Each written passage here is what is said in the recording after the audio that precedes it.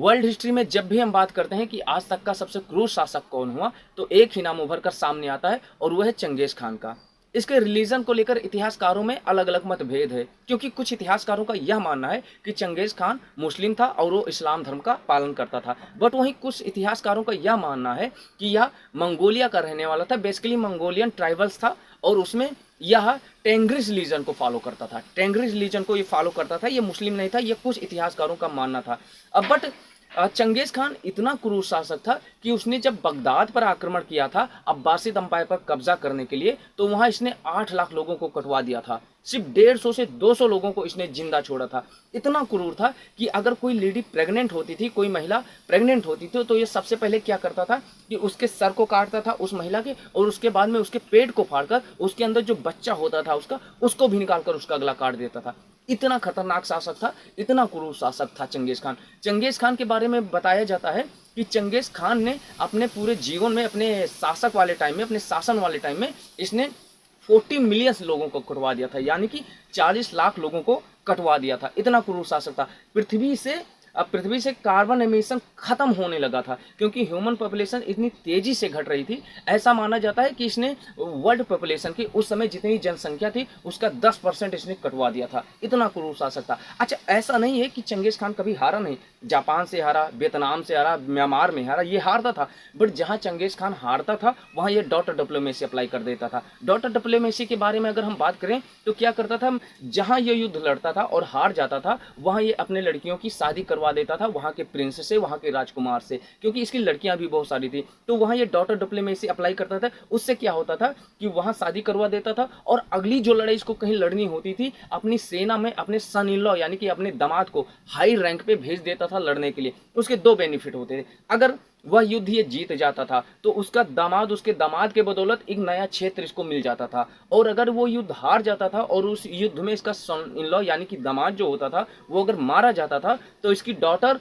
उस जगह की उत्तराधिकारी हो जाती थी जहां से युद्ध हार के अपनी बेटी की शादी इसने की थी। तो जब उत्तराधिकारी इसकी बेटी हो जाती थी, तो आगे अगर कोई लड़ाई होने वाली थी तो इसकी जो बेटी होती थी वो जाहिर सी बात है अपने फादर्स को ही सपोर्ट करेगी। तो ये डॉटर डिप्लोमेसी अप्लाई करता था। अच्छा, ऐसा माना जाता है कि चंगेज खान की जब मृत्यु हुई थी तो उससे पहले भी इसने इतनी तगड़ी प्लानिंग की थी कि इसने ये कहा था कि मुझे ऐसी जगह दफनाना कि किसी को पता ना चले।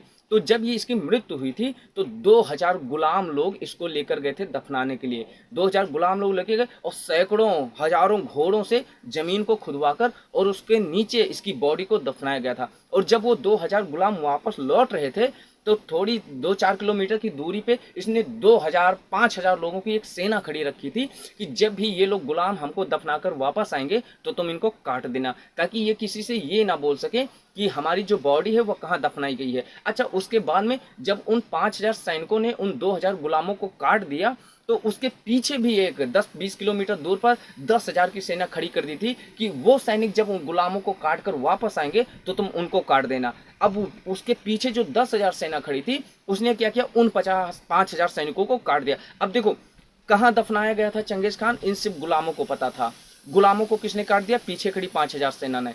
किस गांव में दफनाया गया था या वो गुलाम किस क्षेत्र से आ रहे थे, किस दिशा से आ रहे थे, ये सिर्फ उनको पता थी जो 5,000 सेना खड़ी थी। उसको किसने काट दिया? उसके पीछे की 10,000 सेना ने, क्योंकि 10,000 सेना ने उनको काट दिया। अब पीछे जो 10,000 सेना थी उसको किसी को नहीं पता कि चंगेज खान कहाँ दफनाया गया है। अब जब वो 10,000 सेना वापस पहुंची, दरबार में पहुंची थी, तो दरबार में उन 10,000 सैनिकों को कटवा दिया गया था। यानी कि उसने मरने से पहले भी इतनी तगड़ी प्लानिंग कर रखी थी कि मेरे बारे में किसी को पता ना चले, इसलिए आज तक चंगेज खान की बॉडी के बारे में किसी को पता नहीं चला। अच्छा, ऐसा माना जाता है कि चंगेज खान शुक्र है उस टाइम में हुआ जब घोड़ों से तलवारों से लड़ाइयाँ लड़ी जाती थी। अगर वो हिटलर के टाइम में हो जाता, क्योंकि जब हम पढ़ते थे तो ऐसा माना जाता कि बहुत खतरनाक हुआ हिटलर, तानाशाह था, बहुत खतरनाक हम मानते हैं। जब हम कलिंग को पढ़ते हैं तो उसमें देखते हैं कि छोटे छोटे बच्चे मर गए थे, ठीक है। लेकिन जब चंगेज खान के बारे में पढ़ते हैं तो इससे बड़ा क्रूर शासक हम आज तक नहीं देखते हैं, आज तक नहीं पाते हैं कि इससे ज़्यादा निर्दयी, इससे ज़्यादा क्रूर शासक कोई हुआ है विश्व इतिहास में, ठीक है।